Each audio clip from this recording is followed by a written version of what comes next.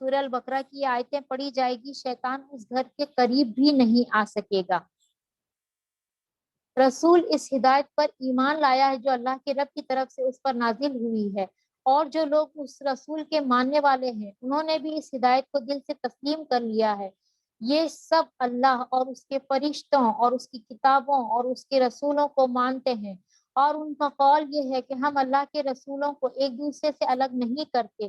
ہم نے حکم سنا اور اطاعت قبول کی، اے مالک ہم تجھ سے خطا بخشی کے طالب ہیں اور ہمیں تیری ہی طرف پلٹنا ہے۔ تو اس آیت میں ایمان کے سارے اجزاء، مکمل جو اجزاء ہوتے ہیں، جیسے کہ اللہ پر ایمان، فرشتوں پر ایمان، رسولوں پر ایمان اور کتابوں پر ایمان، یہ سب کو جمع کر دیا گیا۔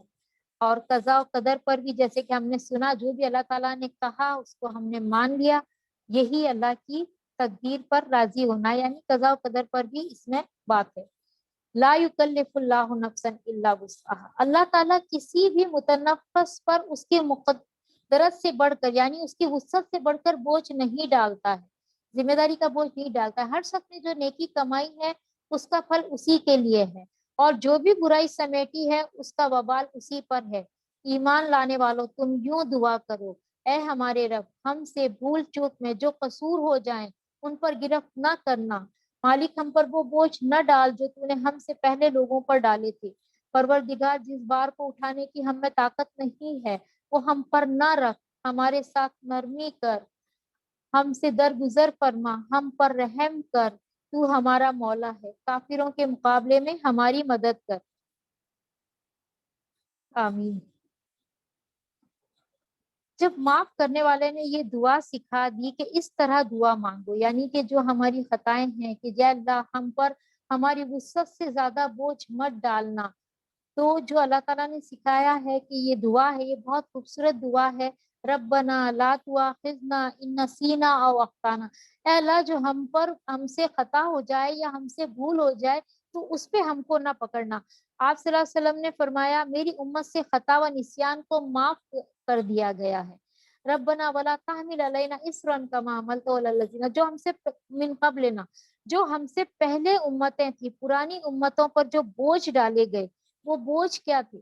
یعنی کہ کس طرح سے وہ بوجھ تھے؟ بچڑے کی پرستش کرنے والوں کی توبہ صرف قتل سے قبول کی گئی، قتل کا بدلہ ان امتوں میں قصاص تھا۔ ہمارے یہاں پہ تو یہ نا خون بہا دے دو، دیت دے دو تو معاف ہو جائے گا، ایسا نہیں ہے۔ زکوٰۃ ہمارے یہاں پہ صرف 2.5% ہے، ان کے یہاں مال کا 1/4 حصہ تھی، غنیمت کا مال ان کے لیے حرام تھا۔ اگر پیشاب کا چھینٹا لگ جاتا کپڑے پر تو اس کپڑے کو کاٹ کر پھینک دینا پڑتا تھا، اور بھی بہت ساری ان کے اوپر تھے بوجھ، جو بوجھ، اور عیسیٰ علیہ السلام نے کہا تھا نا کہ جو تم پر بیڑیاں ہیں، جو توق ہے وہ میں تم سے اتارنے آیا ہوں۔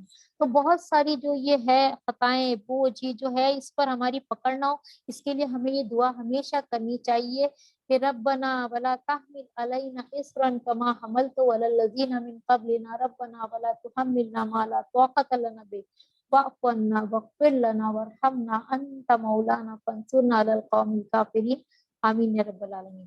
اب ہم انشاءاللہ نئی سورہ شروع کریں گے، سورہ آل عمران۔